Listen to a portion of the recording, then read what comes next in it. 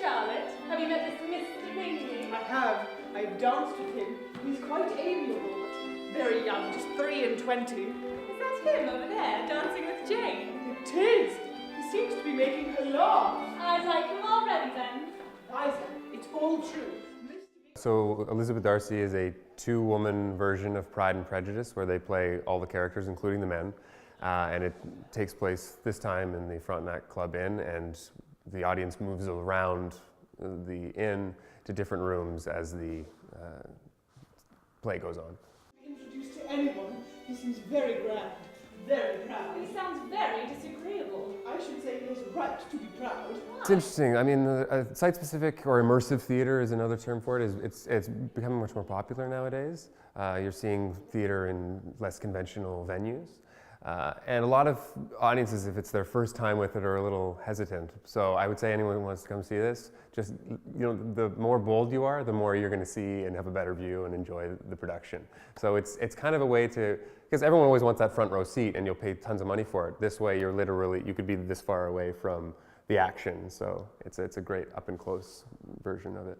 20 horses, and every acre he owns produces 1,000 bushels of grain, and his grandmother was a duchess. We both play multiple parts, so between us we play most of the parts in Pride and Prejudice. And it is a big challenge, although when we initially started with this project 2 years ago, our first rehearsals, working with Tom, our director, he took us through some really specific work with our bodies and our voices so that we just had keys right into those characters. So it's become almost second nature to us. Like, okay, now I'm switching into Miss Bingley and I just go into that action and I know the voice. So it's been a real challenge, but it's actually a lot easier than you would think. Part of it at first was just the sheer physical aspect of it, having to go into those bodies, do the accents, do the voices, run throughout the house. That was a lot of like just focusing and doing it, and it was difficult, but now it's definitely, we're into a groove with it. I have a great time playing Mr. Darcy. When we were doing the adaptation, I was quite drawn to him as a character because we knew we wanted to adapt it into a 2-woman show. And so that was kind of the central thought while we were building it was, oh, who's going to play Darcy and who's going to play Elizabeth? And naturally, it just wound up that Hallie felt more of an affinity with Elizabeth and I kind of felt like I got Mr. Darcy. So that was lucky. I'm well familiar with site-specific theater. I run a theater company in Toronto called Pandemic Theater, which is a socio-political theater company, and we kind of do really, I don't know if I can say this or not, but ballsy work about, that kind of presses societal norms and pushes the envelope.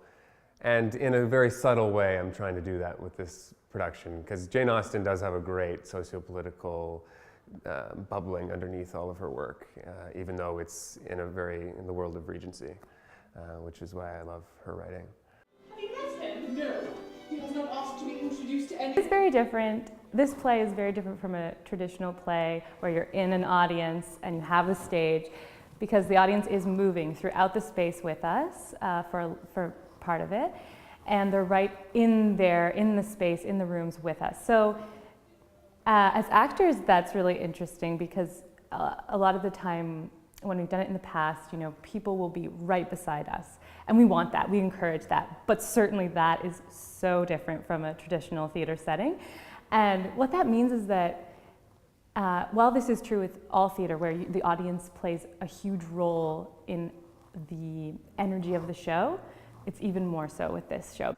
Well, I mean, if you're a Jane Austen fan, that's reason enough. And like I said, this is one of the most famous works in the Western canon, and that alone should, I think, bring people out. But it's got a twist on it. And I think Jane Austen is often written off as this writer who wrote very light, fluffy plays about marriage or courtship. But that's not really the case. I think she was dealing with a lot of gender politics. I think she was dealing with a lot of societal politics and class stratification throughout. And by having 2 women play these parts, it really highlights all of these underdwellings that she has in her work, which is what's really lovely about it. Because he is richer than everyone else here? No, that cannot be. It is because he keeps 12 carriages and 20 horses, and every acre he owns produces 1,000 bushels of grain, and his grandmother was a duchess. No, but his grandfather was an